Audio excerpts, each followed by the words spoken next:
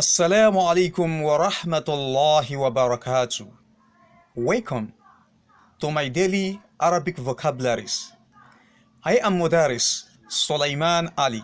Happy listening. We are going to learn from this lesson how to change the Arabic verb liyasma to suit some certain pronouns in Arabic. Fi'lu amr, commandment. Fi'lu amr, commandment. We are going to learn how to instruct others in Arabic to do something using different forms of verbs. The question is, how do we change the verb liyasma to suit the pronouns below? Liyasma simply means he should hear, and he in Arabic is huwa, which is the opposite of hear, she. So how do we now change the verb liyasma to suit the following pronouns? Wahid, number one, ana, I.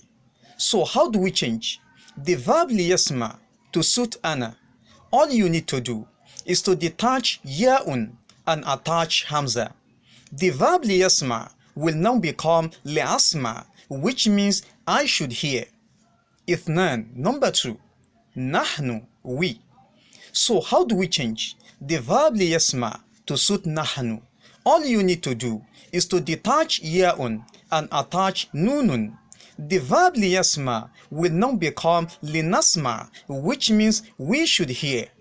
Thalatha, number three, anta, you, representing a single male person.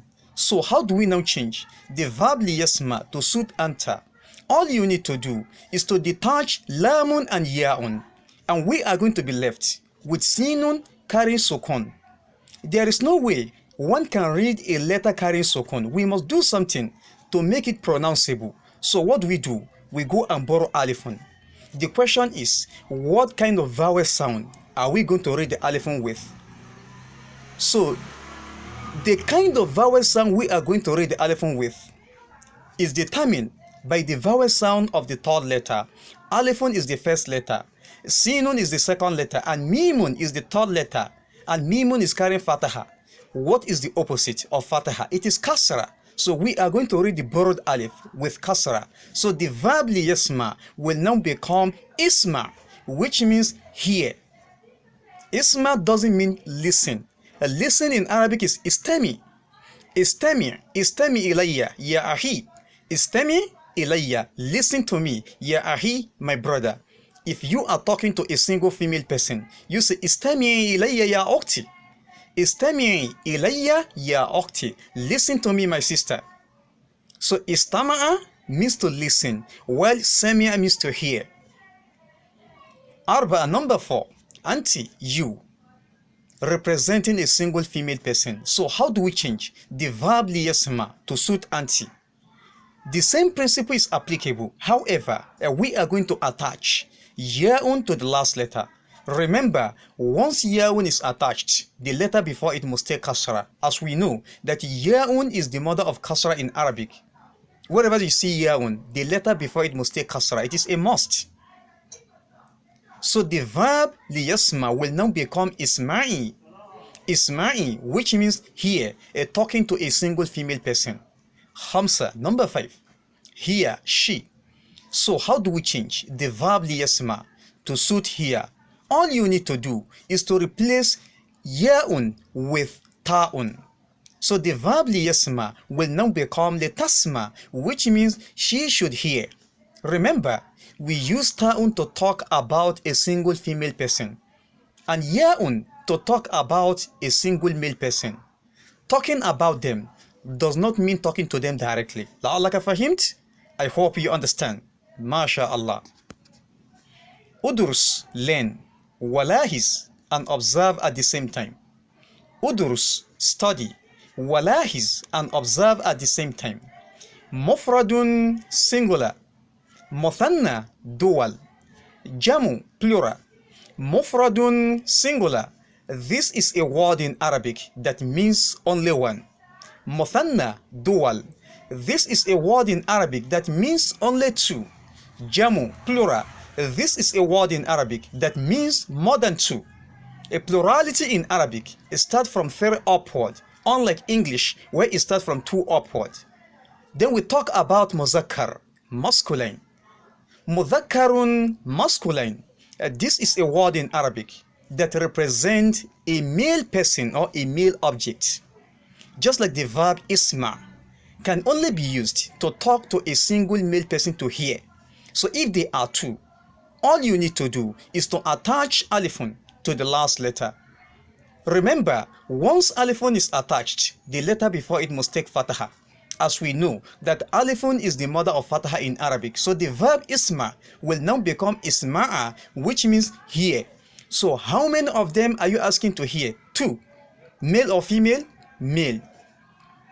So if they are more than 2, you attach wawun to the last letter of the verb isma. Remember, once wawun is attached, the letter before it must take dhamma, as we know that wawun is the mother of dhamma in Arabic. Wherever you see wawun for prolongation, the letter before it, which means the preceding letter, must take dhamma. So the verb isma will now become isma'u, which means you should all hear, commanding a group of male persons. Then we talk about mu'annas. Mu'annaf, feminine. This is a word in Arabic that represents a female person or a female object. Just like the verb isma'i. Isma'i can only be used to talk to a single female person to hear. So if they are 2, use the same form of the verb to command. Isma'a, which means you should both hear. So if there are more than 2, you go and replace the ya'un in isma'i with nunun carrying fatha. Then you give sukun to the letter before it. So the verb isma'i will now become isma'ana, which means you should all hear, commanding a group of female persons. La'allaka fahimt? I hope you understand. MashaAllah. Now we talk about nahayun, prohibition, which is the opposite of amr, commandment. Mufrad, singular. Muthanna, dual. Jamu, plural. Mudhakkar, masculine, being a word in Arabic representing a male person or a male object. Just like the verb la tasma can only be used to command a single male person not to hear. So if they are 2, all you need to do is to attach alifun to the last letter. Remember, once alifun is attached, the letter before it must take fataha. So the verb la tasma, don't hear, will now become la tasma'a. La tasma'a, which means don't hear, commanding 2 male persons.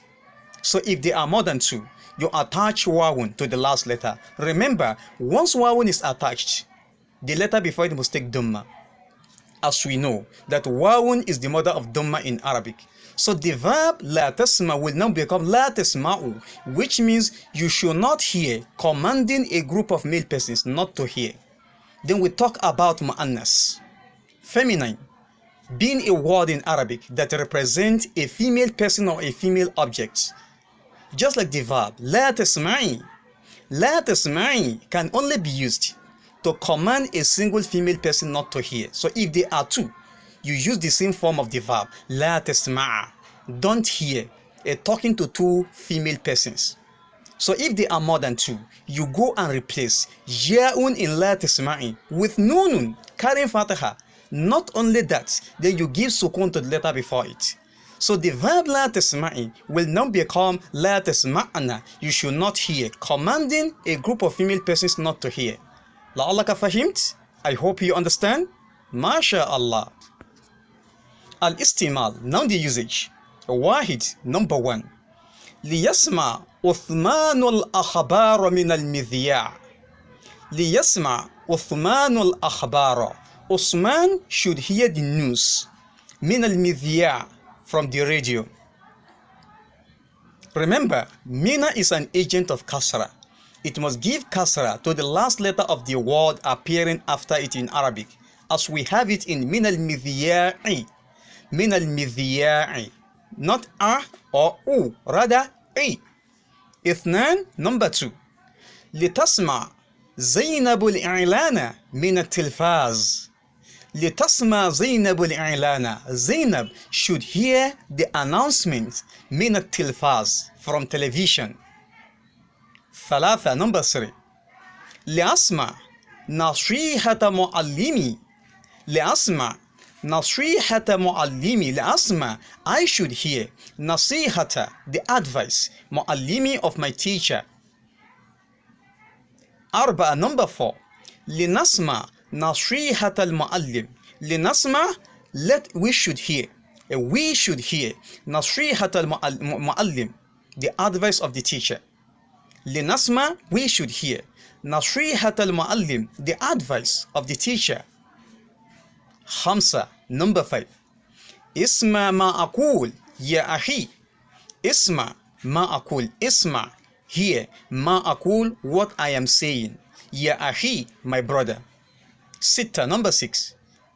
Commanding a single female person. اسمعي ما أقول يا أختي. اسمعي ما أقول. Hear what I am saying يا أختي, my sister. لعلك فهمت. I hope you understand. ما شاء الله. Udrus, learn, ولاحظ and observe at the same time.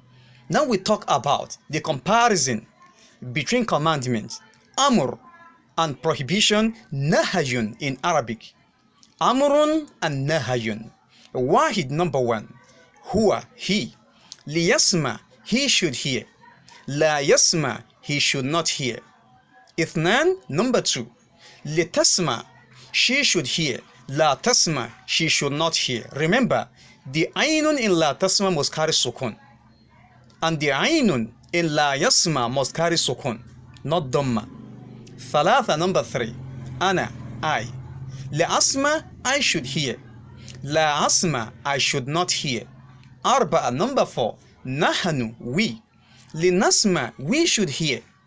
La nasma, we should not hear. Hamsa, number 5. Anta, you, representing a single male person. Isma, hear. La tasma, don't hear. Sitta, number 6.